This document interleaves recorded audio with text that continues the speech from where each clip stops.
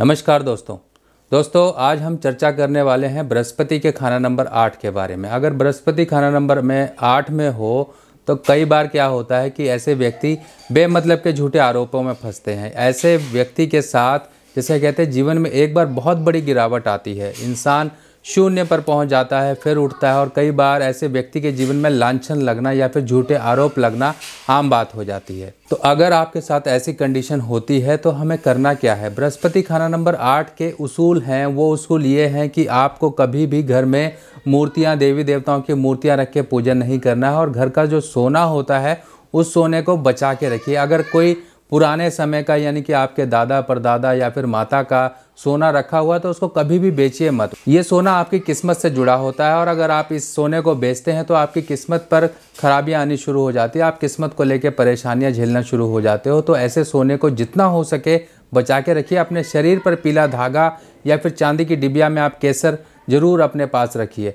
अब सुनिए इसका उपाय जो आपको बदनामी दे रहा है या फिर आपके इमेज पर कहीं ना कहीं बात आ रही है, कोई झूठे आरोप, जैसे कि स्त्री से कोई आरोप लग रहा है, तब आपको क्या करना है। आपको करना क्या है, सूत लेना है। जो कच्चा सूत का धागा होता था वो आपको लेना है और उसको हल्दी से पीला कर लीजिए। हल्दी से पीला करने के बाद उसको आपने कोई पीपल का पेड़ देख लेना और ये उपाय आपको गुरुवार की सुबह करना है और पीपल के पेड़ के पास जाइए और पीपल के पेड़ पर ये 8 बार लपेटिए। हल्दी से किया हुआ ये सूत, कच्चा सूत आपको 8 बार लपेटना है और ये 8 गुरुवार लगातार करिए।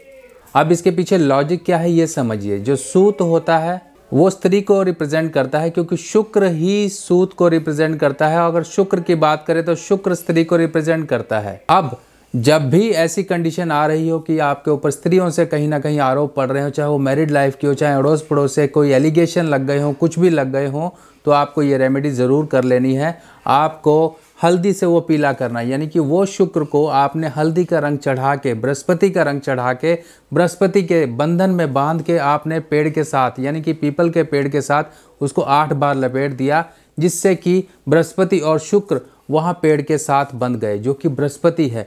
अब ऐसे केस में क्या होता है, अगर मान लीजिए आप इस उपाय के साथ साथ एक उपाय और करते हैं जो कि पीली दाल यानी कि जो चने की दाल होती है या फिर साबुत हल्दी की गांठें, 8 साबुत हल्दी की गांठें या फिर 800 ग्राम चने की दाल के साथ आप गाय बछड़े की मूर्ति या फिर आप कपास या कपूर ये चीज़ें साथ में डोनेट करते हैं मंदिर में, तब आप इस आरोप से बच सकते हैं। अगर आपके ऊपर झूठा आरोप लग गया है तो ये उपाय जैसे कहते हैं कि रामबाण का काम करता है। बहुत से लोग इस उपाय करने की वजह से ऐसी मुसीबतों से बाहर आ गए हैं।